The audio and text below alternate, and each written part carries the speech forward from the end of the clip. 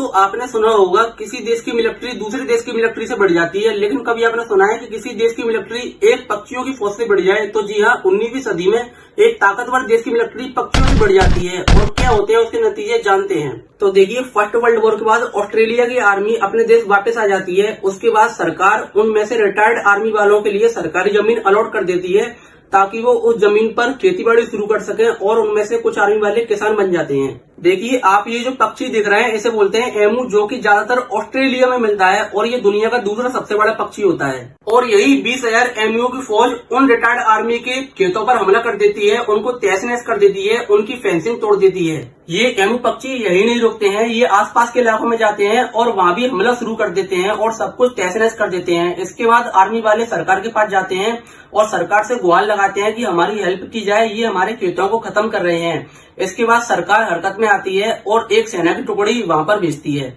2 नवंबर 1932 को एक ऑपरेशन शुरू किया जाता है जिसमें एक सेना की टुकड़ी उन एमओ पर हमला करती है, और ये हमले होने से पहले ही एमओ समझ जाते हैं कि उन पर हमला हो चुका है और वो वहां से भाग जाते हैं। उसके 2 दिन बाद यानी कि 4 नवंबर 1932 को एक बार फिर 1000 एमओ पर मशीन गन से हमला किया जाता है, लेकिन उनमें से केवल 12 एमओ ही मर पाते हैं। इसके बाद तो एमओ बहुत ज्यादा सतर्क हो जाते हैं, वो छोटे छोटे ग्रुप में बंटना शुरू कर देते हैं और उन ग्रुप में एक उनका लीडर होता है जो उनकी निगरानी रखता है ताकि बाकी एमओ उन फसलों को खत्म कर सकें। अब तक ये खबर पूरी दुनिया में फैल चुकी होती है, सारी दुनिया की मीडिया इस खबर को कवर कर चुकी होती है। इसके बाद सरकार और ज्यादा हरकत में आती है और मिलिट्री ऑपरेशन की इजाजत देती है।